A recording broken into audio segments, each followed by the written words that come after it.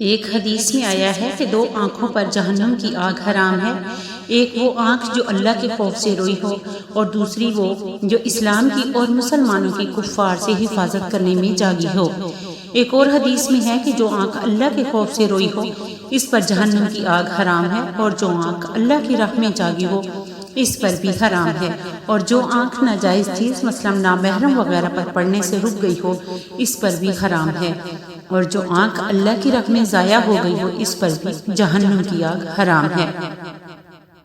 ایک حدیث میں آیا کہ جو شخص تنہائی میں اللہ کا ذکر کرنے والا ہو وہ ایسا ہے جیسے اکیلا کفار کے مقابلے میں چل دیا ہو۔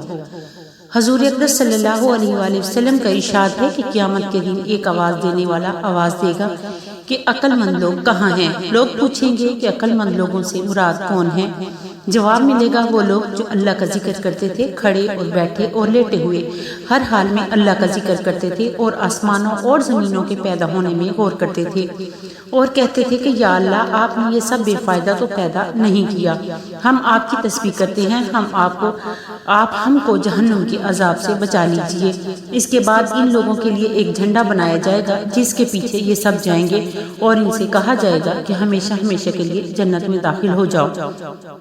اللہ پاک ہم سب مسلمانوں کو نیک عمل کرنے کی توفیق عطا فرمائے۔ ویڈیو اچھی لگے تو چینل کو لائک اور سبسکرائب کریں تاکہ اس طرح کی معلوماتی ویڈیو آپ کو بر وقت ملتی رہیں۔ شکریہ۔